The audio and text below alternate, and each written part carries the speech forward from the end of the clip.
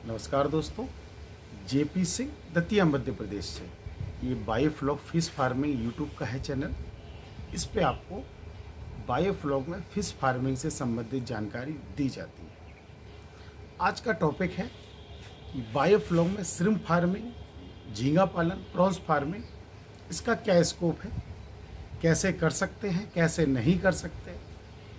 इस पर कुछ अफवाहें भी फैलाई गई हैं जो मैं आज आपको दूर करूँगा। देखिए, पहले तो मैं आप लोगों को एक चीज़ स्पष्ट कर दूं कि मेरे बारे में जितने भी लोग जानते होंगे, बहुत दिनों से फॉलो कर रहे होंगे, तो वो लोग जानते होंगे हम जानकारी शेयर करने में कभी जल्दबाजी नहीं करते। इसलिए नहीं करते क्योंकि जिस चीज़ को आपने करके नहीं देखा, खुद आपने प्रैक्टिकल नहीं किया, उसकी जानकारी देना बेईमानी है। मैं तो मानता हूँ बेईमानी ही है। तो मैंने अभी तक जितने भी लोग कर रहे हैं उनसे जो मुलाकात हुई है और जो लोग करना चाह रहे हैं उनकी इंक्वायरी जो आती है और जितनी भी इस पर जानकारी उपलब्ध है, उस आधार पर मैं ये वीडियो बना रहा हूँ। इसमें आपको जानकारी ये दी जाएगी कि श्रिम्प फार्मिंग और फिश फार्मिंग में क्या बेसिक फ़र्क है। तो सबसे पहले तो मैं आपको ये बता दूं कि पहले तो एक चीज़ फ़र्क समझिए। एक श्रिम्प फार्मिंग होती है, श्रिम्प होता है, और एक होता है प्रॉन। दोनों वैरायटी अलग होती है, दोनों में फ़र्क होता है। जो सलाइन वाटर में, हाई सैलिनिटी में, एक तरह से बोले तो समुद्री पानी में या उससे मिलता जुलता पानी अपन जो कल्चर में तैयार करते हैं, उसमें जो होता है उसको श्रिम्प बोलते हैं। और जो नेचुरल वाटर, जो अपने इधर मीठा पानी जो आसपास होता है या ब्रैकेज वाटर होता है, उसमें जो होता है उसको प्रॉन्स।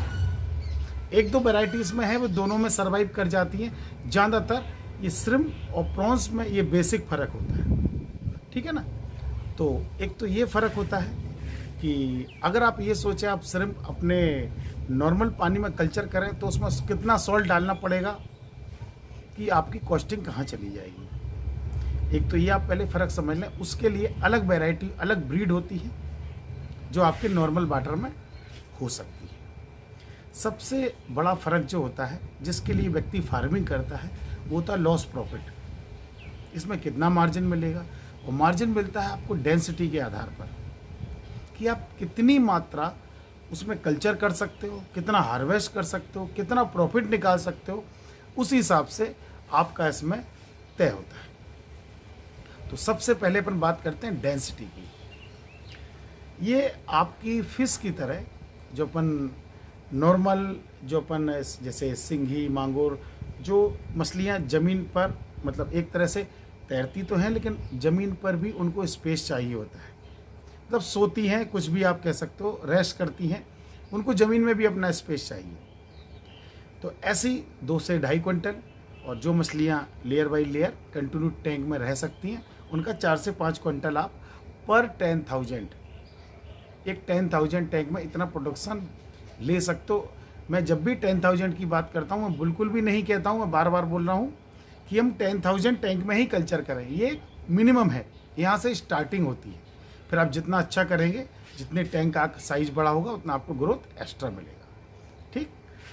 तो इसका हिसाब में लगाते हैं पर क्यूबिक मीटर, मतलब पर 1000 लीटर। 1 क्यूबिक मीटर में 1000 लीटर पानी आता है। तो 1000 लीटर पानी में आप क्या प्रोडक्शन ले सकते हो, ठीक है। अगर आप सिर्फ 1000 लीटर का टैंक बनाएंगे तो आपकी ग्रोथ होगी नहीं। मैं एक एग्जांपल दे रहा हूँ। जो अपन डेंसिटी इसकी नापते हैं वो पर क्यूबिक मीटर से नापते हैं। तो फिश की जो आती है पर क्यूबिक मीटर, वो 20 केजी से लेके 50 केजी पर क्यूबिक मीटर प्रोडक्शन होता है।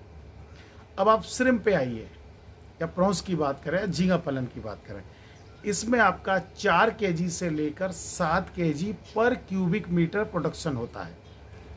अब इसके मार्केट की बात करें तो आपने देखा होगा जहाँ ज़्यादातर ये कोस्टल एरिया, समुद्र किनारे, वहीं पे इसकी सेलिंग होती है, प्रोडक्शन भी वहीं होता है। जहाँ डिमांड है वहीं सप्लाई है, वहाँ पर होती है। सेंट्रल इंडिया या अपन नॉर्थ इंडिया की बात करें, यहाँ पर इसकी सेलिंग भी नहीं है और प्रोडक्शन भी नहीं है। प्रोडक्शन नहीं है उसका सबसे बड़ा कारण, पहले डेंसिटी का टॉपिक अपन क्लियर कर लें। तो आप समझ गए होंगे कि कि इसमें लगभग अगर आप एक 10,000 टैंक, पहली बात तो 10,000 टैंक में होगा ही नहीं। इसके लिए मिनिमम आपको 1 लाख लीटर से स्टार्टिंग होती है टैंक की, वो भी मिनिमम। इसलिए लोग फिर टैंक नहीं बनाते। लोग क्या करते हैं, ज़मीन में पॉन्ड लाइनर डालकर जो बायोफ्लॉग करने का है कल्चर, वो श्रिम्प फार्मिंग बायोफ्लॉग में प्रॉन्स फार्मिंग 100% सक्सेस है। और ये फिश फार्मिंग तो अभी 2.5 साल से 3 साल से अपने इंडिया में आया, ये तो और पहले से भी होता है, सक्सेसफुली होता है, ठीक है ना। तो इसमें तो कोई डाउट नहीं, बिल्कुल सक्सेस है, होता है। लेकिन डेंसिटी बड़ी लो होती है, क्योंकि इसका प्रोडक्शन हमेशा मास स्केल पे होता है, छोटे स्केल पे नहीं करते लोग, इसलिए मार्जिनेबल है। लेकिन उसके लिए आपको बहुत ज़्यादा वाटर वैल्यू चाहिए, ठीक है, इसलिए डेंसिटी इसकी कम रहती है। सेकंड आ गया मार्केट का। मार्केट का आपने देखा होगा, इसका मैंने जैसे बताया कोस्टल एरिया है, वहीं पर ज़्यादा सेल होता है, वहीं पर ज़्यादा मिलता है। इसका मतलब ये हुआ कि ये इंडिया के और दूसरे भागों में इसका प्रोडक्शन और ये सब क्यों नहीं हो पाता। सबसे बड़ी दिक्कत है टेम्परेचर। इसके लिए आपको 28 से 32 डिग्री का टेम्परेचर आपको चाहिए, 28 से 32। आप चाहें तो सर्दियों में से यहाँ पर टेम्परेचर लो चला जाता है, तो आप इधर फार्मिंग इसकी नहीं कर पाएंगे, ठीक। ये मैं आज वीडियो इसलिए बना रहा हूँ कि ताकि आप अपना मन बना सकें ये चीज़ हमारे लायक है भी कि नहीं, वरना आप अपना इन्वेस्टमेंट करके बैठ जाएं। ओके, एक तो ये हो गया टेम्परेचर का इशू है, इसलिए हर जगह पर इसका प्रोडक्शन नहीं होता है। वैसे इसकी बहुत एक्सपर्ट आप बन जाए तो 3 फसल साल में ले सकते हो। 4 महीने का कल्चर होता है, मैक्सिमम 5 महीने तक पहुंच सकता है, ठीक है। 4 से 5 महीने का इसका कल्चर होता है। वैसे 2 फसल तो इसकी हो ही जाती है, ठीक है। तो इसका मतलब ये हुआ कि और लोगों को जिनको भी काम करना है प्रैक्टिकल, आप छोटे टैंक में भले ही कर सकते हो, बहुत कम बने। सीड हर जगह नहीं मिलता आपका, इसका सीड आपको इंडिया में हर जगह अवेलेबल नहीं होगा। ज़्यादातर इसका सीड इंपोर्ट ही होता है। और इसका जो मास प्रोडक्शन जो आप बड़े लेवल पर आप प्रोडक्शन करते हो, वो भी एक्सपोर्ट होता है, ठीक है ना। ये हो गया। अब तीसरा आता है मार्जिन, जिसके लिए हर व्यक्ति काम करता है, मेहनत करता है।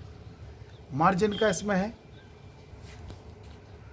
तो लॉस प्रॉफिट का ये है कि जैसे कि मैंने बताया कि ज़्यादातर बायोफ्लॉग वाले 10,000 से तुलना करते हैं। अगर 10,000 लीटर का टैंक है तो आप उसमें फीस में 15 से 20,000 रुपये पर कल्चर आप ले सकते हो।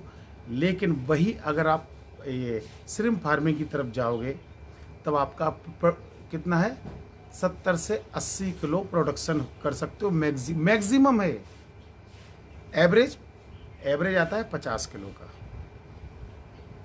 इसकी लागत आती है 170 रुपये से 200 रुपये पर केजी इसकी लागत आती है।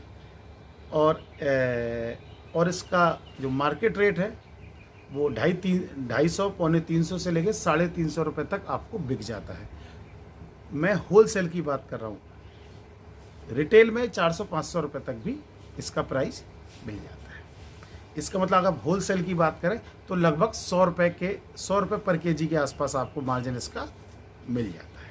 100 रुपये पर केजी का मार्जिन। लेकिन डेंसिटी आपने 50 से 70 किलो, मतलब 5 से 7 हज़ार रुपये ही आपका मार्जिन हो पाएगा। और वही कहने का मतलब यह है कि फिश फार्मिंग में इससे अगर आप मतलब आपके पास जगह कम है और आप मास प्रोडक्शन नहीं कर सकते, तो फिर आप प्रॉन्स की तरफ मत जाओ, श्रिम्प की तरफ मत जाओ, क्योंकि इसमें मछली में आपको कई गुना ज़्यादा लाभ मिलेगा, ठीक है। एक तो ये हो गया, मर्जी आपकी है। एक और बेसिक फ़र्क इनमें होता है, सबसे बड़ा वो फ़र्क ये होता है इसकी फीडिंग अलग होती है। जैसे फिश फार्मिंग में, बायोफ्लॉग में हम और आप फ्लोटिंग फीड डालते हैं। फ्लोटिंग फीड इसलिए डालते हैं ताकि मछली ने कितना कंज्यूम किया, कितना बच रहा है, वो कम से कम 10 से 12 घंटे तैरता है। वो फीड वो फ्लोट करता है, इसलिए वो फ्लोटिंग फीड बोलते हैं। तो आपको समझ आ जाती है इसने फीडिंग की कि नहीं। श्रिम्प फार्मिंग, प्रॉन्स फार्मिंग में इसका उल्टा होता है, उसको सिंकिंग फीड, क्योंकि बॉटम में रहने वाला जीव है तो उसको बॉटम में फीडिंग कराती है। इसलिए आप देख रहे होंगे थोड़ी टोकरियाँ, इसको टोकरी में फीड डालकर उसमें बॉटम तक डुबाया जाता है। फिर टाइम टू टाइम उसको चेक किया जाता है, कितनी फीडिंग उसने ली है, कितनी रिक्वायरमेंट है, इस तरह से वो चेक होता है। तो ये भी एक फ़र्क होता है कि उसका फीड सिंकिंग होता है जो हर जगह, और उसका फीड अलग आता है। सिंकिंग फीड जहाँ पर इसकी फार्मिंग होती है वहाँ पर मार्केट में अवेलेबल होता है, वो अलग आता है। एक तो ये और एक फ़र्क होता है। अब आ गया कि इसको करना क्या उतना ही आसान है जितना हम और आप बायोफ्लॉक में फिश फार्मिंग करते हैं? तो उसका जवाब है ना, नहीं, ये उतना आसान नहीं है। इसमें वाटर पैरामीटर्स बहुत अलग होते हैं, ज़्यादा अलग नहीं होते, लेकिन उनको मेंटेन बिल्कुल पॉइंट टू पॉइंट करना पड़ता है। इसमें मिनरल्स एक्स्ट्रा लगते हैं, क्योंकि आपको पता होगा जो श्रिम्प झींगा जो होता है वो अपना खोल बदलता है, उसको मोल्टिंग बोलते हैं। वो कल्चर के बीच में अपना खोल बदलता है, और जब वो खोल बदलता है तो उस समय उसकी इसकी बहुत सॉफ्ट होती है, एक दूसरे पे ये उस समय अटैक भी करते हैं। अटैक करते हैं उस समय मोर्टेलिटी भी होती है। एक तो ये, लेकिन मोल्टिंग करता है इसलिए उसको मिनरल्स, क्योंकि दोबारा खोल बनाने के लिए उसको मिनरल्स एक्स्ट्रा चाहिए होते हैं, कैल्शियम, मैग्नीशियम, पोटेशियम, उसको हर चीज़ एक्स्ट्रा उसमें लगती है। तो मिट्टी में तो ये चीज़ें नेचुरली आ जाती हैं, लेकिन अब बायोफ्लॉक एक प्लास्टिक के टैंक में ये आप करते हो या पॉन्ड लाइनर डाल के करते हो, तो ये सब मिनरल्स आपको बाहर से ऐड करने पड़ते हैं। एक तो ये बेसिक फ़र्क है। इसमें फ़िश की तरह बिल्कुल भी नहीं है कि आपने डाला और हो गया, ऐसा नहीं, इतना आसान नहीं होता। फ़िश थोड़े से वाटर पैरामीटर्स अप डाउन होने पर भी सर्वाइव कर जाती है, इसमें ऐसा बिल्कुल नहीं होता। इसलिए जहाँ पर बड़े बड़े गुजरात, सूरत में मैं देख के आया था, महाराष्ट्र में मैंने एक दो जगह देखा था, जो बड़े स्तर के जो लोग फार्मिंग इसकी करते हैं, श्रिम्प फार्मिंग, प्रॉन्स फार्मिंग की, एक तो वो सीधा समुद्री वाटर का इस्तेमाल वो करते हैं। उस वाटर को पहले डिसइंफेक्ट करना पड़ता है, बहुत सारी टेक्निक आजमानी पड़ती है, फिर उसको वाटर को अलग से क्लीन, फिर उसमें फार्मिंग वो करते हैं। क्योंकि इतना सारा नमक, इतनी हाई सैलिनिटी कोई बाहर से नमक डाल के तो पैदा नहीं कर पाएगा, उसकी कॉस्टिंग बहुत बढ़ जाएगी। फिर उसमें वाटर पैरामीटर्स हर घंटे के हिसाब से चेक होते हैं। फिश फार्मिंग में कुछ दिनों के लिए अप डाउन हो जाए तो सर्वाइव हो जाता है, इसमें नहीं, इसमें घंटों में ही आपका कल्चर ख़राब हो सकता है। तो थोड़ा सा नेक्स्ट लेवल का काम है, थोड़ा सा एक्स्ट्रा प्रिकॉशन, एक्स्ट्रा केयर का काम है, करना है। सक्सेस है 100% है, लेकिन कुछ यूट्यूबरों ने ऐसा भ्रम फैला दिया है, आपने देखा होगा, किसी ने एक पैकेट लाया, टैंक में डाल दिया, बोले हम सिर्फ फार्मिंग कर रहे हैं। उनको यही नहीं पता कि जो आप मीठे पानी, मतलब जो नॉर्मल पानी में कर रहे हो, थोड़ा सा नमक और 1 या 2 PPT सैलिनिटी आप मेंटेन करके, वो आपका भाई वो प्रॉन्स फार्मिंग है, वो श्रिम्प फार्मिंग है। एक तो ये थोड़ी दिक्कत थी। दूसरी एक और समस्या थी कि जिन्होंने ऐसा डाला कि अब हम श्रिम्प फार्मिंग पे भी आपको ज्ञान देना स्टार्ट करेंगे, वो अभी तक फिश फार्मिंग भी अच्छे से नहीं कर पाए। मेरा कोई विरोध नहीं, मेरा किसी से विरोध, मेरा एक ही विरोध होता है, जब तक आप किसी काम को अच्छे से कर ना लें, अच्छे से R&D ना कर लें, और मैं कह रहा हूँ गूगल ज्ञान छोड़कर प्रैक्टिकल ज्ञान, जब तक आप अपने टैंक में वो फार्मिंग ना कर लें और फार्मिंग कर लें, अच्छी तरह समझ लें, तब किसी को आप ज्ञान दें। मैंने आपको ज्ञान दिया? बिल्कुल भी नहीं दिया। मैंने सिर्फ इसकी बेसिक्स बताए आपको कि ऐसा ऐसा होता है, फार्मिंग किस तरह होती, मुझे 90% पता है, लेकिन जब तक मैं प्रैक्टिकल नहीं करूंगा, जब तक मैं फार्मिंग नहीं करूंगा, आपको उसका ज्ञान बिल्कुल भी नहीं दूंगा। बस मेरी यही दूसरों से झगड़ा होता है कि भाई पहले इस्तेमाल करें, फिर दूसरों को बताएं। लोग क्या करते हैं, यहाँ वहाँ से ज्ञान लिया और बांटना चालू किया, ऐसा नहीं।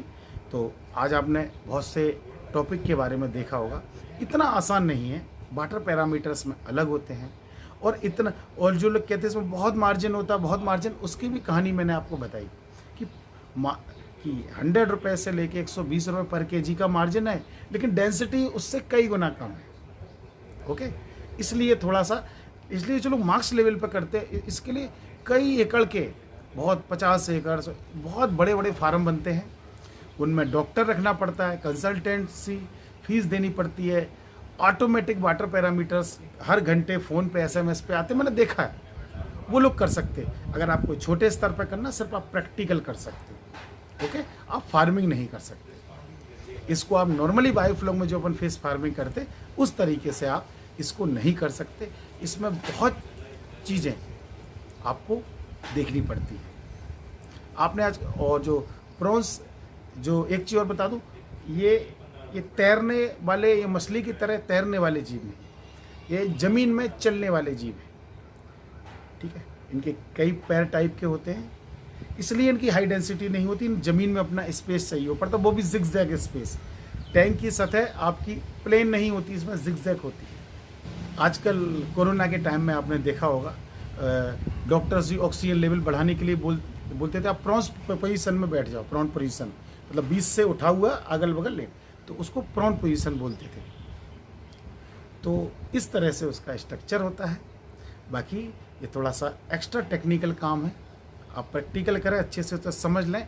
एकदम से किसी की बातों में आकर अपना पैसा वेस्ट ना करें। मैं फिर कहता हूँ, किसी पे ब्लाइंड आंख बंद करके आप विश्वास ना करें, अपनी भी आंखें खोल कर रखें। किसी दूसरे के कहने पे अपना पैसा इन्वेस्ट ना करें आप। ये बहुत दिनों से हमारी ट्रेनिंग में भी कई लोग आते थे, सर इसमें श्रिम्प फार्मिंग, सर इसमें प्रॉन्स फार्मिंग, ये करना वो करना। तो भाई समझ लीजिए वो थोड़ा सा हट के काम है। जैसे लोगों का कल्चर जो मार्च अप्रैल से स्टार्ट होना था, इस साल भी कोरोना के चक्कर में उनका काम स्टार्ट नहीं हो पाया। अब जुलाई से जो नया कल्चर स्टार्ट होना, उस पर लोग ध्यान दें। याद रखें, जो अब लोग कल्चर कर रहे हैं वो पंगास बिल्कुल भी मत डालें। अगर आप इंडिया के ऐसे हिस्से से हो जहाँ सर्दियों में टेम्परेचर बहुत लो जाता है, ठीक है, और लो जाता, वहाँ पर आप श्रिम्प फार्मिंग भी करना या प्रॉन्स फार्मिंग करने का भी दिमाग मत लगा। अभी ट्रेनिंग हमारी जुलाई में है, अभी कोई डेट फिक्स नहीं है। अभी और थोड़ा देख सकते हैं। केस हमारे तरफ 0 हो चुके हैं, कोई केस नहीं है। कल परसों एक केस आया था, उसके अलावा कोई भी केस नहीं है कोरोना के। तो वो, और मार्केट भी 1 जून से खुल चुका है। धीरे धीरे होटल वगैरह सब खुलना स्टार्ट हो रहा है। जब सब कुछ ठीक हो जाएगा, आपको यूट्यूब के माध्यम से, मैसेज के माध्यम से आपको हम बता देंगे। तब आप अपना बुकिंग करा के तब आप प्रैक्टिकल ट्रेनिंग फार्म पे ले सकते हो। जिन्होंने ऑनलाइन ट्रेनिंग ली है या पास्ट टाइम में जिन्होंने पहले भी ट्रेनिंग ले चुके, दोबारा इनको ट्रेनिंग चाहिए, उनके लिए फ्री ऑफ कॉस्ट ट्रेनिंग होती है हमारी। क्योंकि ऑनलाइन ट्रेनिंग वालों को प्रैक्टिकल ट्रेनिंग बिल्कुल फ्री है। फीस आपको एक ही बार वो देनी पड़ती है। जिनने पहले ट्रेनिंग ले ली, दोबारा चाहिए तो आपको कोई फीस नहीं देना, ठीक है दोस्तों। तो जब भी ट्रेनिंग होगी आपको मैसेज दे दिया जाएगा यूट्यूब के थ्रू। मिलते हैं नेक्स्ट वीडियो में।